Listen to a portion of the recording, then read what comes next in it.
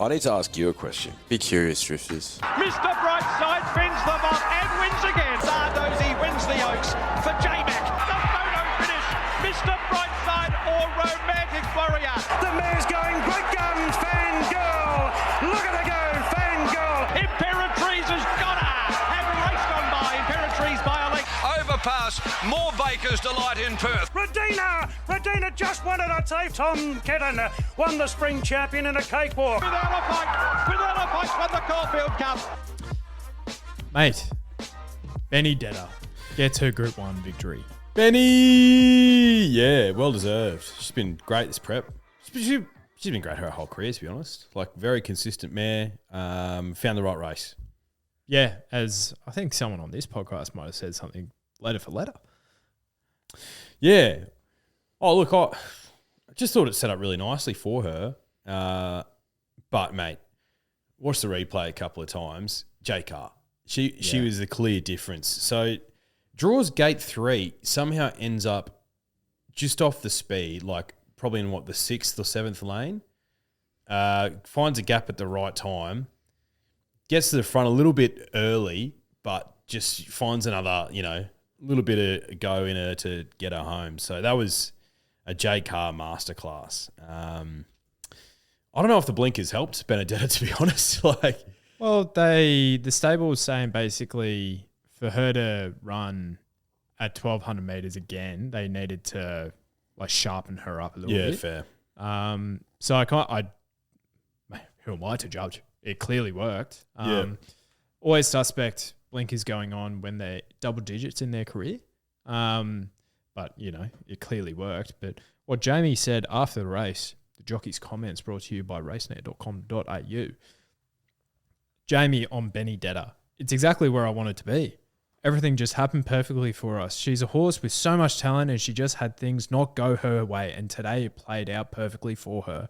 She just got to the front of touch too soon and she waited and she just waited with the blinkers on for the first time. She couldn't see anything around her. She was good once she could feel the horse coming to her again. I did think it would be easier than what it was in the end, but she just couldn't see that horse. But it worked out in the end. Yeah.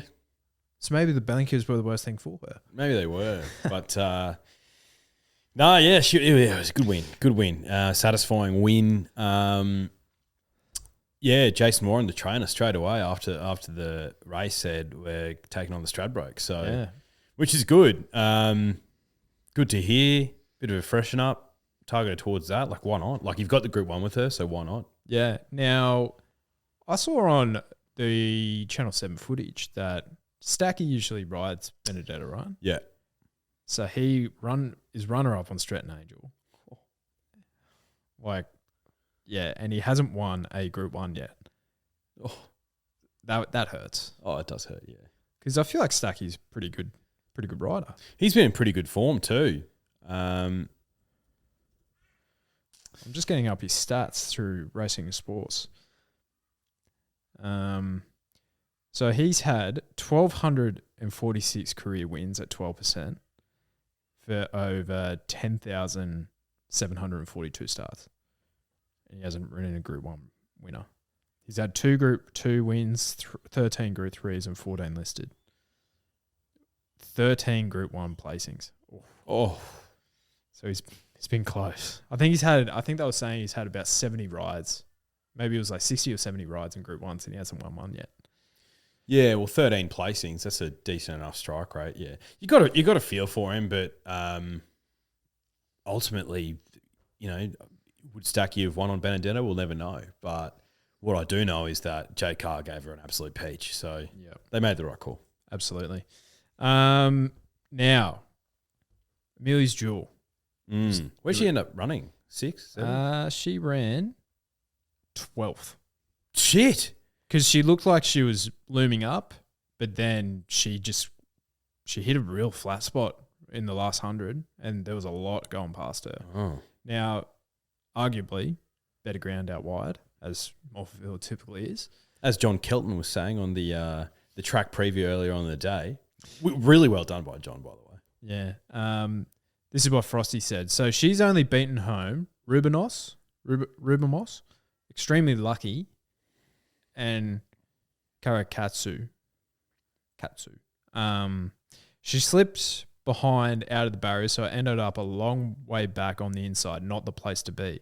That said, she still travelled really well, just didn't show her usual turn of foot late. So yeah, disappointing overall. Maybe something will come up after the run. So let me have a look at that while you kind of like make a comment.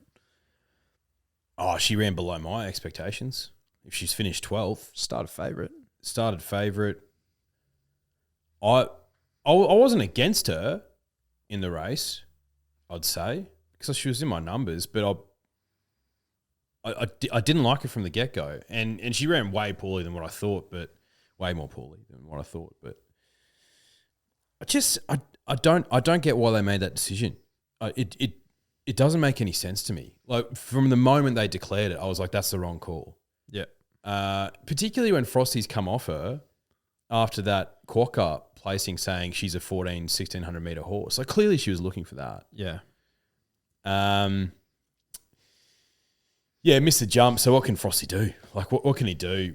Should he have somehow gotten on the outside and just taken her really wide to the better ground and maybe her turn of foot would have been better? I don't know, but I hope they don't pull the plug.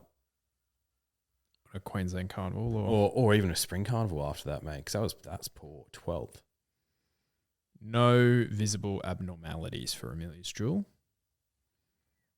Blinkers on first time. Maybe she didn't really like that. I don't know. Bit of a question mark performance on her, but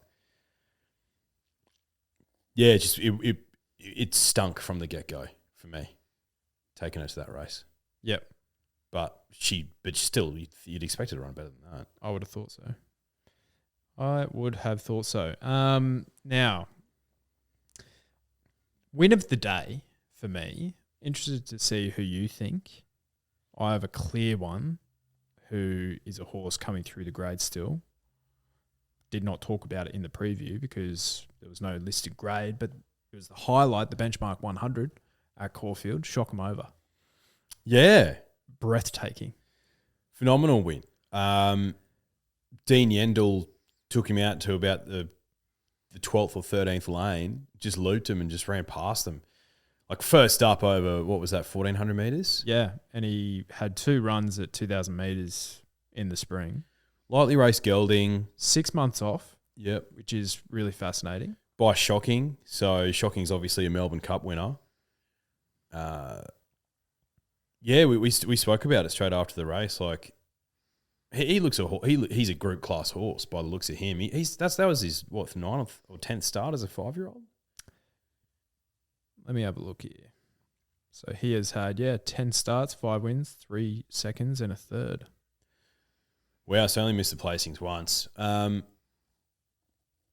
Yeah, I liked him, or the victim liked him in that race because a horse with that much talent, first up after a big let off, lightly weighted, sometimes they can just really, jump out of the ground. I'd be fascinated to see what he does second up. If he can perform really well second up as well, maybe stepping up to a mile, then yeah, that's a horse with some group class talent. We were talking about prospective races for him towards the end of the year. And what did we settle on? Like maybe like a mile handicap race? Just Turak. Yeah.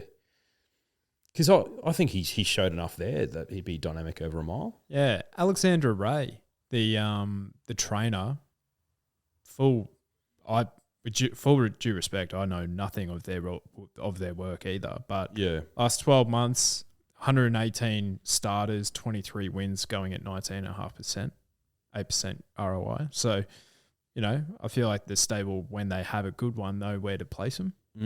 So this is probably their best horse in their stable. So, Turak handicap, when those markers come out, I'd say it'd be pretty close to favourite at this early market, at this early stage. Yeah, unless we're seeing something that no one else does, which happens very, very occasionally. That was a smart winner. Definitely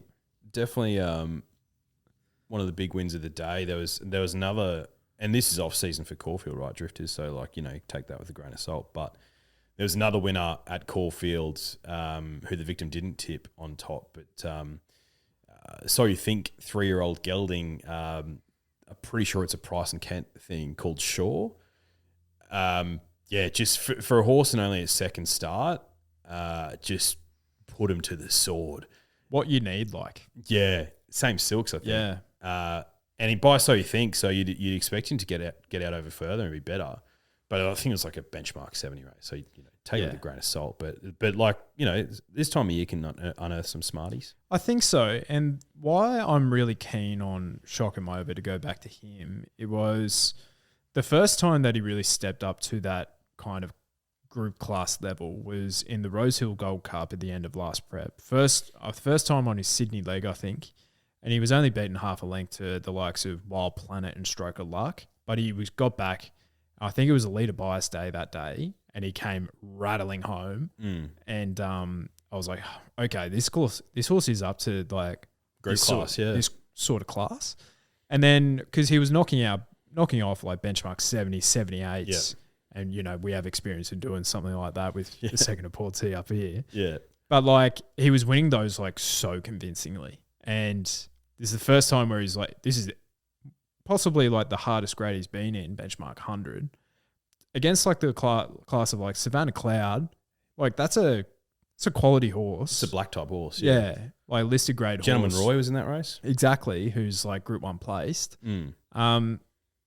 First up, where these other horses are like rock hard fit, impressive win. Like really, really impressive. So I think I can see where the scope is for this horse. So I'm really, really keen to follow him. His pattern will probably get him beat more times than not, but just like his half brother, I'm Thunderstruck. Yeah. Yep. Absolutely. So we've ticked off Morphettville. We've ticked off Adelaide for the rest of the year. Yeah, well, who was the other big winner of the day? See What I See, it was great. Like, yeah, she was fantastic. Like that's in a listed race. Like she's a group class horse. Like definitely. Yeah, there is always a I think it's a 2,000 meter race or a 1,800 meter race before the Wakeful for the Adelaide Carnival, and it's where Victoria Key ran second to Ain't No Deal Done. Always a really good form reference for the Wakeful each year. So that I tend to look at that one around that, but that's the rest of my Adelaide form done for the year. Oh, yeah. Let's get Newcastle out of the way. So Gosford, full credit to the ATC for making the call early. Commiserations for the Gosford Racing Club. But the Gosford locals would have been devastated, but for a race day, but it is what it is. It is what it is, and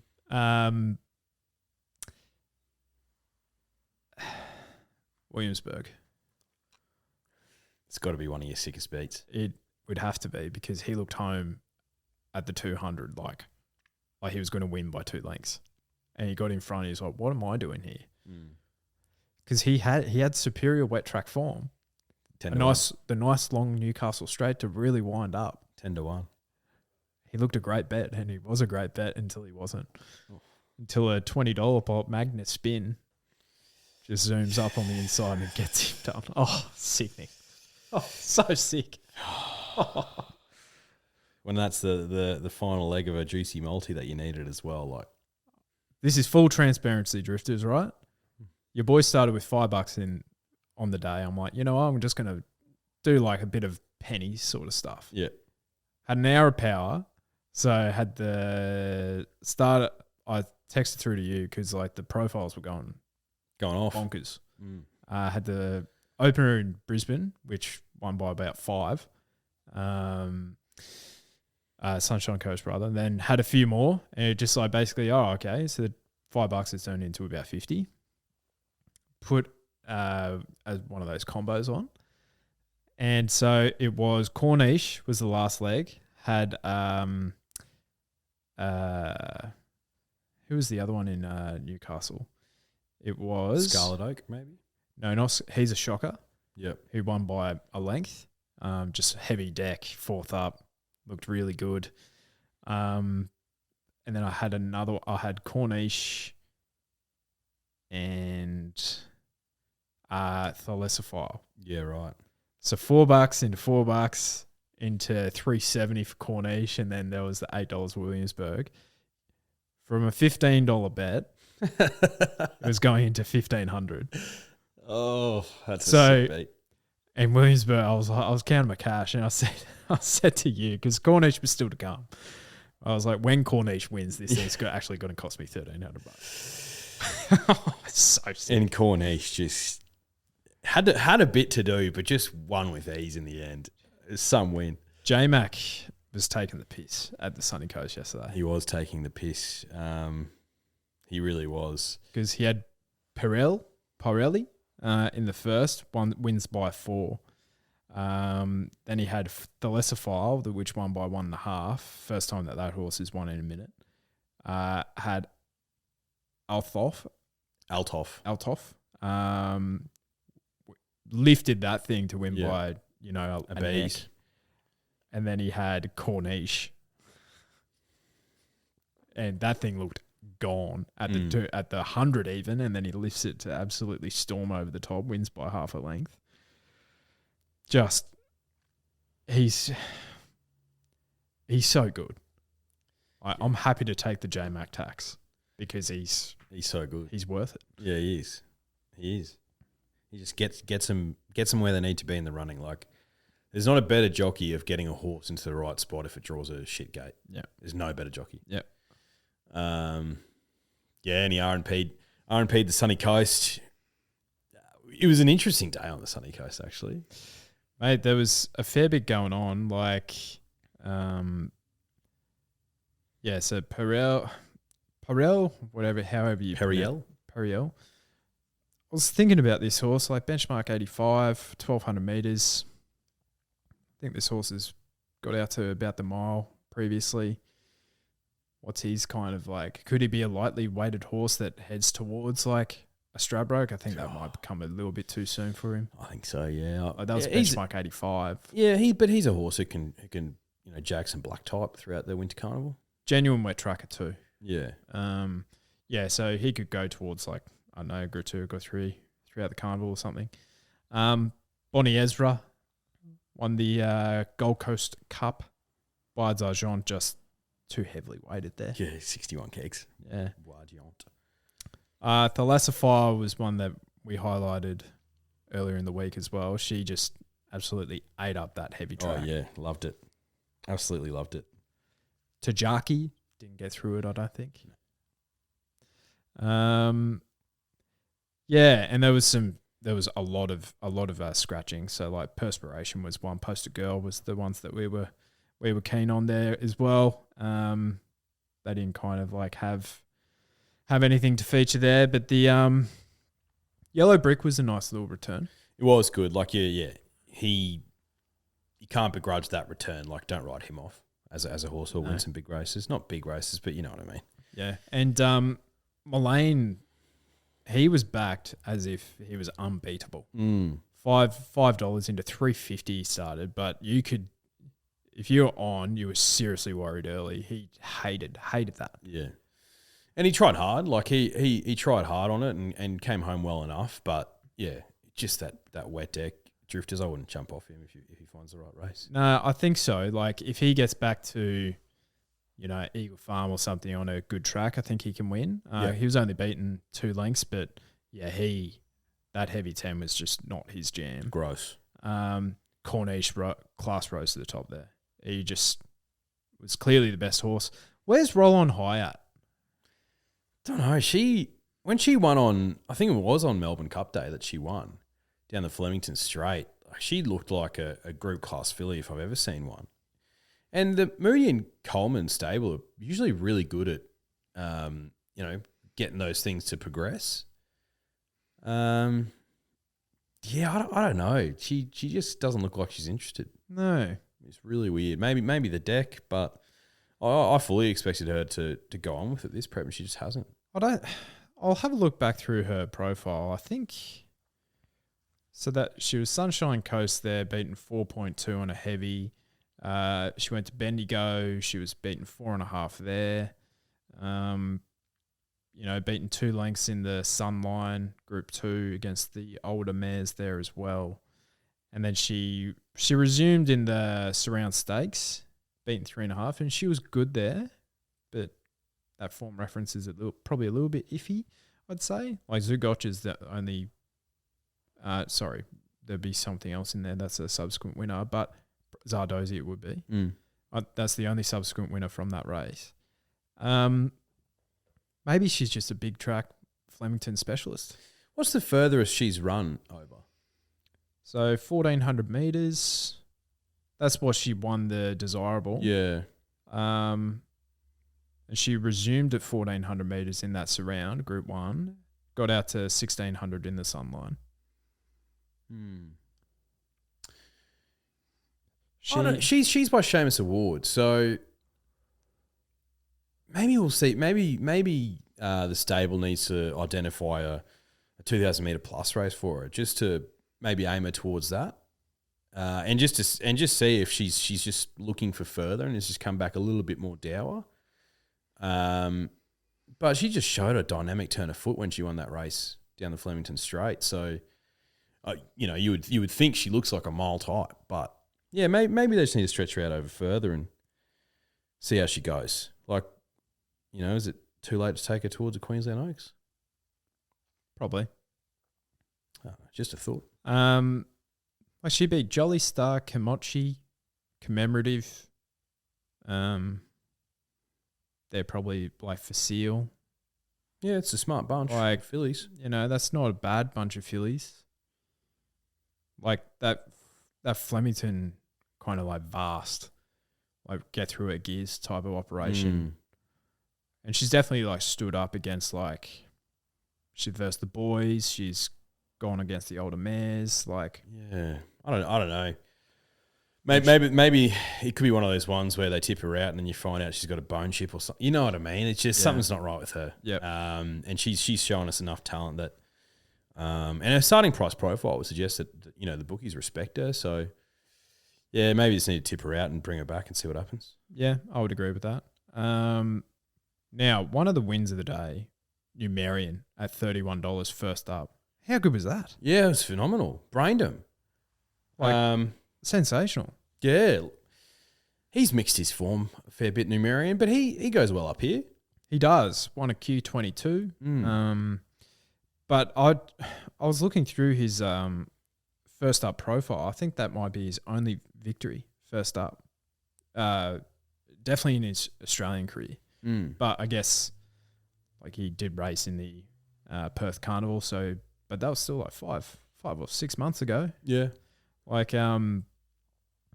He's been sensational of late. So what's his career record read now?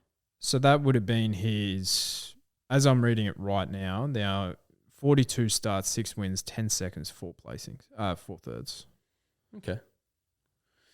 And he's largely raced in group races while he's been here. So 6 Group 1 starts, 9 Group 2 starts, 8 Group 3 starts. Yeah, so, he's a horse who could win a Doomben Cup and it wouldn't surprise at all. By the looks of it on a heavy deck, he'd find an extra leg. I said to you straight after the race, geez, isn't it bizarre seeing Kovalik only warm up at the end of an 1,800 metre race? He can win the Doomben Cup. Yeah. Easily. Yeah. And then the Q22 after that. Yep. Nothing more needs to be said. We've said everything that needs to be said about that horse and how bizarre his last 12 months has been. Easily the most mismanaged horse in the country for his ability. Yeah, easily. And that stable gets a lot right. But for these types, they've got form in this area. Ed Tart was mismanaged. Yeah, she was. Shared Ambitions mismanaged. Yeah. They've tried to turn them into milers. They're not milers. Let them run.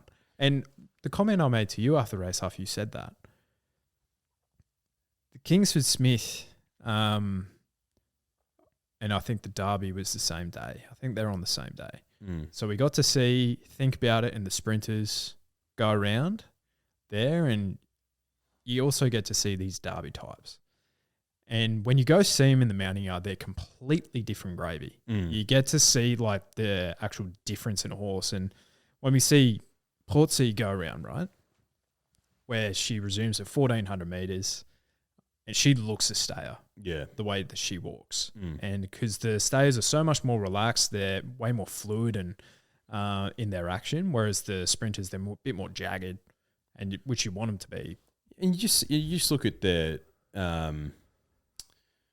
just look at their conformation, and like the sprinters are so muscular, at their front, and usually a bit more of a barrel around their midsection and big rumps. Like they're just powerful brutes. Most sprinters, whereas these stayers are more sort of thin and slight and leggy and yeah, you said that Kovalika's got that written all over him when you look at him. Yeah. He does. So poorly managed. And I don't know whether it's, because, Neville Morgan's his primary owner. Like, whether he has 100% of him, I'm not sure. He obviously races in those silks and has got the name beginning with K. Whether it's Neville saying, like, I've got a smarty here, I reckon he's good enough to win some of these big, prize money races like the Golden Eagle, for example, and the Prince Charlie and all that sort of shit. Whether he's the one pushing it and Waller's like, or if Waller's the one saying like, he's good enough to win these. I don't know, but he should have raced in the Caulfield Cup in the spring. I think the worst thing for his career was his Epsom run. Yeah. Because it was so promising. And it's like, he does have the sprint in his legs. I was like, well, hang on a second. Yeah. He probably has one of those runs in him, a prep. But then he needs further to show that same brilliance. Because he's one of the best Queensland Derby winners that we've seen in a long time. Yeah. Like, easily. Yeah. So, I just want to see this horse out further. Yeah, I hope they get it right. Like, he's still young. There's plenty of time. It's just frustrating. But even looking at his SP profile, he started $3 yesterday. Who is diving into that? Oh, That is a sickening price. Yeah. Heavy 10 deck. We've seen it twice, placed once. Like, that just confused the hell out of me. And we said as much on Wednesday. No way in hell. No way in hell. And we were on Mighty Ulysses, who, ran well enough. He was without cover for a solid period, but like Numerian just absolutely donkey licked him. Yeah. Just Folk on the quick backup was really good. Given a peach by Zara, he's a mudlark, that thing. Mm-hmm. But yeah, Kovalika and Numerian are probably the ones that I want to take out of it. Huerta was like, he finished 5th. He was coming home late. Huya Mail, tough ask. 1,800 metres, heavy 10. Yeah, no, he was never going to enjoy that. Yeah. Yeah, so that's the wash-up of the Hollandale. I think Numerian can win the Doomben Cup. I think Huerta can. He can go 3 in a row, and Kovalika certainly can. And if he, the thing about him is that you're probably not going to get a price about him in the Doomben Cup. Like, if he was $5 or $6, I'm backing that 100%, but he won't be. He'll be sub $4. As I get the market up with the good people at Ned's, I'll confirm that with you. It's just taking a minute. New laptop and everything, it won't load. Classic. Let's have a look here. Oh, now it's loaded. Where am I? Racing futures markets. Doomben Cup. Kovalika 420. I told you. That's not a backable price for me, mate. No. For him? Numerian 7s, Huerta 6s. Yeah. It's a tight market, isn't it? That's ridiculous. Really ridiculous. But anyway, that's pretty much everything for the day, isn't it? Any other smarties that we haven't discussed? I guess the gold bracelet is a Gold Coast bracelet, 1800. Oh, the Phillies race. Yeah. Amazonian Lass, in hindsight, big price. Wins the Wakeful, beats Zardozi on a leader bias day, sure, but she was still $13 yesterday. Yeah, beat home Firestorm, the one I was keen on, and was triple the price. So yeah, in hindsight, definitely missed that. So made a mistake there. Yeah, clearly got through it. Molly Bloom was She was good. She was good. Yeah. She can definitely win the Oaks. You know, first up run for a minute. She can definitely win the Oaks. And I think that was about it out of the Sunny Coast. And at Newey, Scarlet Oak. Scarlet Oak was fantastic. She was a good winner. She's a smarty. Yep. What was that, her third career start? Yeah, I think so. Yeah, blew them away. Yeah. Yeah, she's got group talent for sure. You know who I found some Millie on yesterday? Yeah, mate. I would have if I just was watching the race, because I don't mind betting on Samilion. Like when he's at that $10 to $12, like I'll have a little spec. It's $4. A little spec in him. Yeah, that was the right race. Yeah, it was like 53 kilos or something. I remember looking at that race when we were doing the podcast, thinking like I'm going to bet on Samilion this week, and I didn't. Because idiot. Last time he was on a heavy track, he beat home the Dark Lord Voldemort. Yeah, who he's done nothing since. But yeah, another one of yours, Cote, won at 10 to 1 as well.